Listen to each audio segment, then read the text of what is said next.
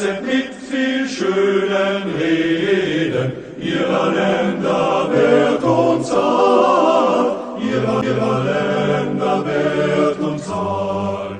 Saßen viele deutsche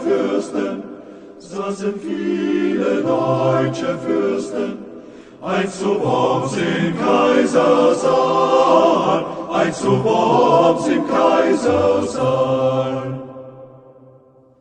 Herrlich sprach der Fürst von Sachsen, ist mein Land und seine Macht, ist mein Land und seine Macht.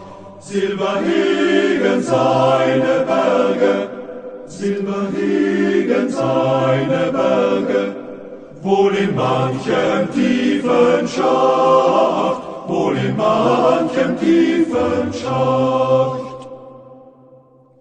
Seht mein Land in üpp'ger Fülle, sprach der Kurfürst von dem Rhein, sprach der Kurfürst von dem Rhein. Goldene Saaten in den Tälern, goldene Saaten in den Tälern, auf den Bergen edlen Wein, auf den Bergen edlen Wein.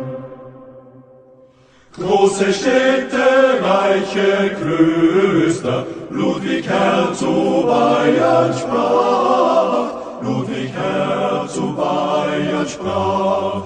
Schaffen das mein Land den Euern, schaffen das mein Land den Euern, wo nicht steht an Schätzen nach, wo nicht steht an Schätzen nach.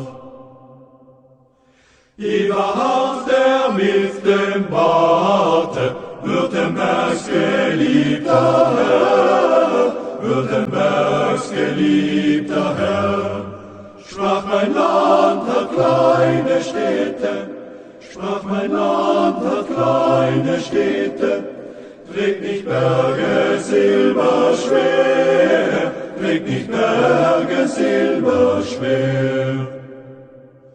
Doch ein Kleinod hält's verborgen, das in Wäldern noch so groß, das in Wäldern noch so groß.